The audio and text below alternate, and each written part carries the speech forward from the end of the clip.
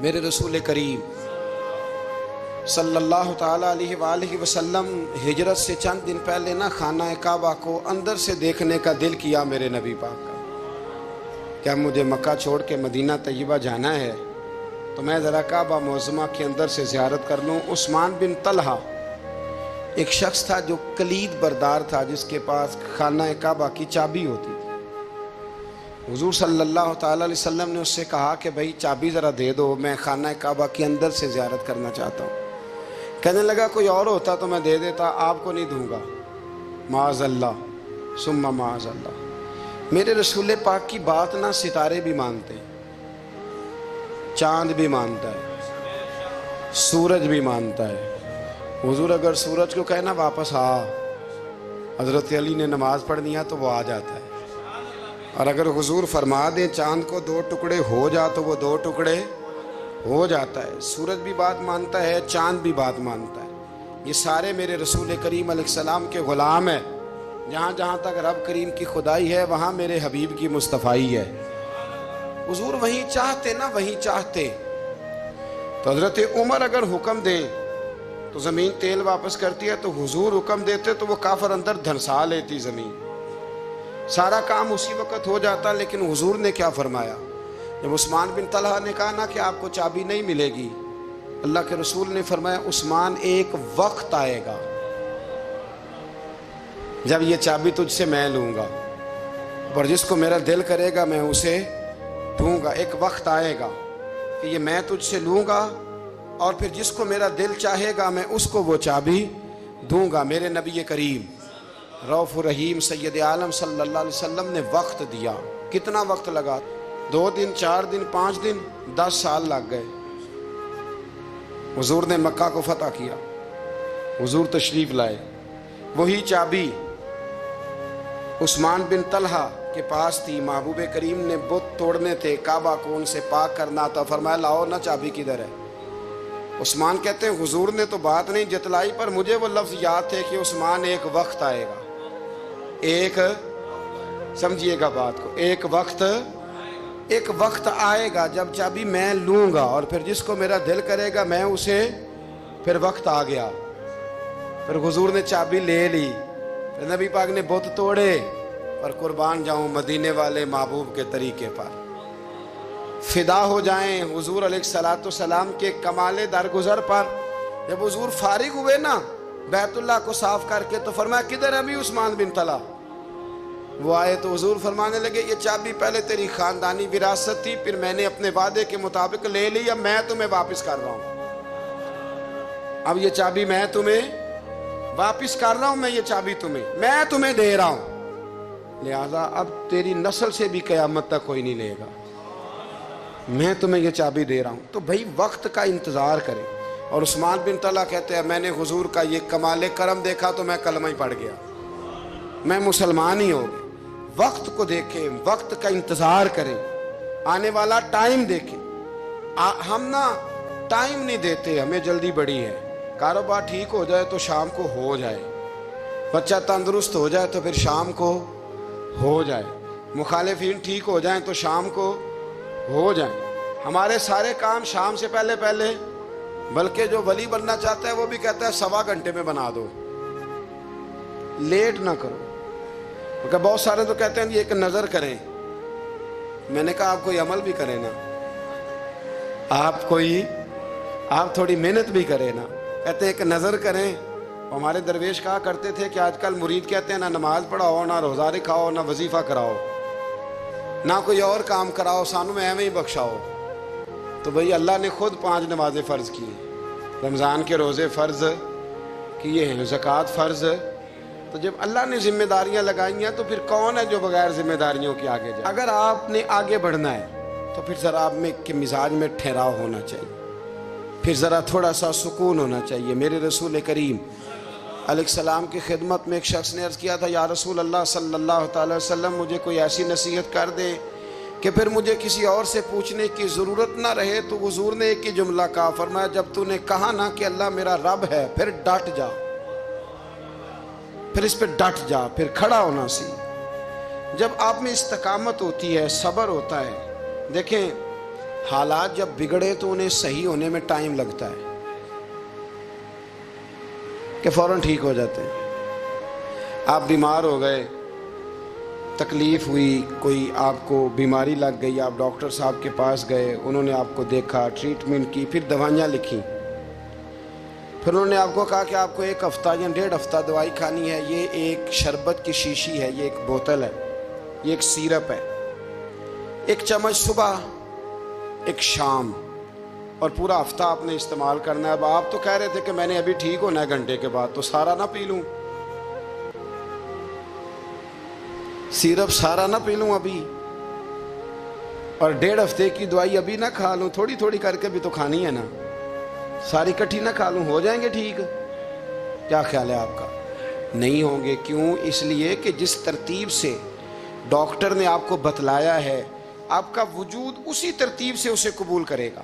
اب آپ کا تو منشا تھا کہ میں نے سویرے فوراً اٹھنا ہے اور میں نے دوا کھانی ہے تو میں نے فٹافٹ ٹھیک ہو جانا ہے, تو بھئی یہ آپ کی منشا تو ہے, لیکن حکمت کا تقاضا یہ نہیں ہے. حکمت کا تقاضا یہ ہے کہ آپ کو 1 گولی کھانی ہے, 1 چمچ سیرپ کا پینا ہے, آپ کو مناسب پرہیز کرنا ہے, اس کے بعد جا کے آپ کی طبیعت ٹھیک ہوگی. زندگی میں چیزوں کو سمجھے, غور کریں, وقت آپ کو دینا ہے, اور جب آپ وقت دیتے ہیں تو بہت سارے معاملات ٹھیک ہو جاتے ہیں. حضرت عمار بن یاسر بڑا شروع میں کلمہ پڑھا, ان لوگوں نے بڑی تکلیفیں اٹھائیں جنہوں نے آغاز اسلام میں کلمہ پڑھا. حالات اور طرح کے تھے, میرے حضور کو بڑی اذیتیں دی جاتی تھیں.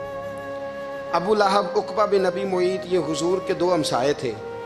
کچھ نفسیاتی تکلیفیں لوگ دیتے ہیں, ذہنی طور پر پریشان کرتے ہیں, مزاج ہوتا ہے. وہ دونوں کیا کرتے تھے, وہ سارا اپنے گھر کا کوڑا کرکٹ لا کے حضور کے دروازے پر پھینک جاتے. تو نبی کریم صلی اللہ تعالی وسلم فرماتے تھے, کیا خوبصورت حق ہمسائیگی ادا کرتے ہو, کیا اچھا تم حق ہمسائیگی. اور دونوں طرف کے ہمسائے تکلیف دیتے, اذیت دیتے, حضور کو پریشان کرتے. حضرت عبداللہ ابن مبارک رحمۃ اللہ علیہ کا ہمسایہ بھی اسی طرح کرتا تھا. وہ اپنے گھر کا سارا گند کچرا اٹھا کے آپ کے گھر میں پھینک دیتا. 1 دن بھی پھینکا, 2 دن بھی پھینکا, 3 دن بھی پھینکا, 4 دن بھی پھینکا, 5 دن بھی پھینکا, مہینوں بیت گئے, مہینوں بیت گئے. ایک دن کہنے لگا میں روز کچرا پھینکتا ہوں. خود ہی کہنے لگا آپ کو تکلیف نہیں ہوتی؟ آپ فرمانے لگے میں نے 1 برتن رکھ دیا ہے, 1 جھاڑو رکھ دیا ہے, جب تو کچرا پھینکتا ہے تو میں اٹھا کے باہر پھینک آتا ہوں. اب تو بند نہ کرنا, اس لیے کہ مجھے عادت ہو گئی ہے. اب میں نے اپنے ٹائم میں سے نا ٹائم اس کچرے کو دینا شروع کر دیا ہے, اب تو بند نہ کرنا, اس لیے کہ مجھے اب اس بات کی عادت ہو گئی. اب میں روز اٹھاتا ہوں اور اٹھا کے ذرا باہر پھینک آتا ہوں. میں عادی ہو گیا ہوں تیری اذیت کا, اب میں تیری تکلیف کا. آپ میں سے بہت سارے لوگ شہروں کے رہنے والے ہیں, ہمارے دیہاتوں میں یہ ہوتا تھا کہ کسی بوڑھے بابے کو نا بچے چھیڑتے تھے, کبھی کبھی غلط کرتے تھے, ایسا کرنا نہیں چاہیے, لیکن بزرگ کو چھیڑتے تھے, تنگ کرتے تھے. کبھی وہ بچے نہ چھیڑتے تھے تو بزرگ خود کہتے تھے کہاں مر گئے آج سارے. اصل میں وہ پیار ہوتا تھا, وہ پیار لگ جاتا تھا, بتاتے نہیں تھے, لیکن علاقے کے بچوں کے ساتھ نا وہ غصہ ہوتا تھا, وہ چھیڑتے تھے. لیکن نا کئی دفعہ کوئی بندہ دشمنی کرتا ہے تو بندے کو اللہ کے قریب کر دیتا ہے, سجدے کا ذوق بڑھ جاتا ہے, عبادت کا مزاج بڑھ جاتا ہے, انسان کی طبیعت کے اندر خاص قرب آتا ہے. حضرت عمار بن یاسر رضی اللہ تعالیٰ عنہ فرماتے ہیں کہ بڑی تکلیف دیتے. حضرت عمار بن یاسر رضی اللہ تعالیٰ عنہ کی جو والدہ ہیں وہ اسلام کی پہلی شہیدہ ہیں.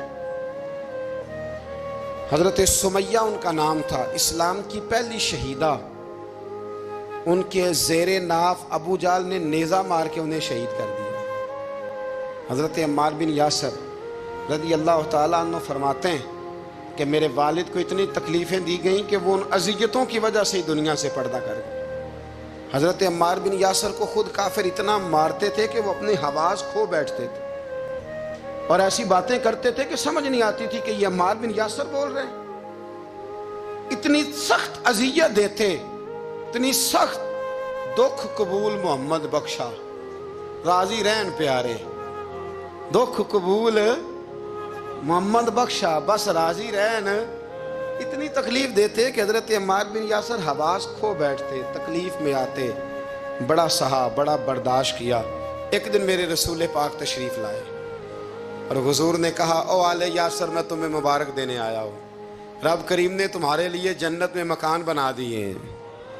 حضور نے تمہارے لیے، اللہ نے تمہارے لیے جنت میں مکانات، تمہیں مبارک ہو، تمہاری اذیتیں، تمہاری تکلیفیں، تمہارے درد، تمہاری راتیں کام آ گئیں، مالک نے تمہارے لیے مکانات بنا دیے ہیں، حالات ٹھیک کر دیے ہیں، طبیعتوں میں بہتری آ گئی ہے۔ میرے محبوب کریم رؤوف الرحیم سید عالم نور مجسم شفیع معظم آقا دو عالم صلی اللہ تعالی علیہ وسلم نے انہیں خوشخبری سنا دی۔ حضرت عمار کہتے ہیں پھر حالات بدلے، پھر میں نے جو مجھے اذیتیں دینے والے تھے میں نے انہیں گڑھوں میں گرتے دیکھا۔ آپ فرماتے ہیں ابو جہل کی لاش اٹھانے والا بھی بدر میں کوئی موجود نہ تھا، اور ابو لہب جو مجھے تکلیفیں دیتا تھا وہ مکے کے چوک میں مرا ہوا پڑا تھا، پر کوئی اس کے قریب جانے والا بھی موجود نہ تھا، کوئی نہیں تھا۔ آپ فرماتے ہیں وہ حالات بھی۔ حضرت عمار کا اپنا کیا حال ہوا؟ حضرت خالد بن ولید رضی اللہ تعالیٰ عنہ بڑے بہادر ہیں۔ حضور نے فرمایا یہ اللہ کی تلوار ہے، یہ اللہ کی، بڑے بہادر تھے، بڑے شیر دل تھے۔ فرماتے ہیں کبھی معذرت نہیں کرنی پڑی، کبھی جھکنا نہیں پڑا، کبھی کسی کی منت نہیں کی۔ اللہ نے طاقت اتنی عطا فرمائی تھی، ہمت، حوصلہ، صبر، استقامت اتنا دیا، کبھی کسی جگہ پشت نہیں لگی۔ لیکن فرماتے ہیں کسی وجہ سے نہ ایک دن میرا عمار بن یاسر کے ساتھ کسی بات پہ اختلاف رائے ہو گیا، جھگڑا ہو گیا۔ توجہ ہے میری بات پر؟ فرماتے ہیں جھگڑا ہو گیا۔ ہمارا پتہ حال کیا ہے؟ ہمارا یہ حال ہوتا ہے کہ ہمارا جھگڑا ہو جائے تو خیر ہے، لیکن اگر پڑوسی کے بچے لڑ پڑے تو ہم کہتے ہیں اس کی روزی پاک نہیں، اس کی تربیت ٹھیک نہیں۔ ہمارا بھائیوں سے رٹا ہو جائے تو معاملہ اور ہے، کسی کا ہو جائے تو معاملہ اور ہے۔ میں بیمار ہو جاؤں تو آزمائش ہے، اور سامنے والا بیمار ہو جائے تو سزا ہے۔ پھر کیا ہے؟ بلکہ پنجابی کہنے نے کیتیاں نو پھڑیا ہے، یہی کہہ دیتے۔ اور میں بیمار ہو جاؤں تو آزمائش آگے جی اللہ کی طرف سے۔ ایسا نہ کریں، ہمارا فتویٰ اپنے حق میں اور ہوتا ہے، سامنے والے کے معاملے میں اور ہوتا ہے۔ حضرت عمار بن یاسر کی بات کر رہا تھا، جناب عمار بن یاسر رضی اللہ تعالی عنہ۔ حضرت عمار بن یاسر کہتے ہیں کہ حضرت خالد بن ولید کے ساتھ، جناب خالد بن ولید کہتے ہیں میری ان کے ساتھ نہ کسی بات میں اختلاف رائے ہو گیا، تو میں اب دلیر آدمی تھا، شیر آدمی تھا، کبھی جھکا نہیں تھا، کبھی کوئی معاملہ نہیں ہوا تھا، کبھی کوئی ایسی بات نہیں ہوئی تھی۔ آپ فرماتے ہیں جب رائے کا اختلاف ہو گیا نا، بات ذرا آگے بڑھ گئی تو نبی کریم صلی اللہ علیہ وسلم تک بات پہنچی، تو میرا یہ خیال تھا کہ حضور میری بھی سنیں گے، عمار بن یاسر کی بھی سنیں گے، پھر حضور کوئی فیصلہ کریں گے، پر قربان جاؤں وقت بدل گیا ہے نا۔ اب بہت بڑے چودھری ہیں، بڑے سردار ہیں، بڑے سپہ سالار ہیں حضرت خالد بن ولید، پر وقت بدل گیا۔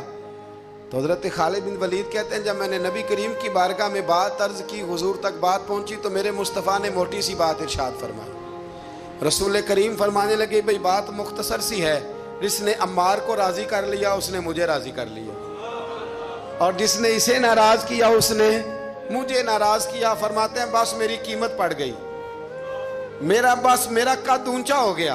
حضرت خالد بن ولید کہتے ہیں میں نے بھی کہا اب بات کیا کرنی ہے، اب تو گزارش ہی کرنی ہے، اب مدعا کیا سنانا ہے، اب تو بات کرنی ہے۔ فرماتے میں آگے بڑھا، اور جیسے بھی ہوا میں نے حضرت عمار بن یاسر کو راضی کیا۔ حضرت عمار کہتے ہیں ایک وقت وہ تھا اور ایک وقت یہ ہے، جب دونوں وقتوں کو دیکھتا ہوں تو کہتا ہوں الحمدللہ رب العالمین۔ یہ ساری تعریفیں اس رب کے لیے ہیں جو تمام جہانوں کو پالنے والا۔ وقت دیں معاملات کو، ٹائم دیں۔ آپ دیکھیں اللہ تبارک و تعالی بڑا کریم ہے۔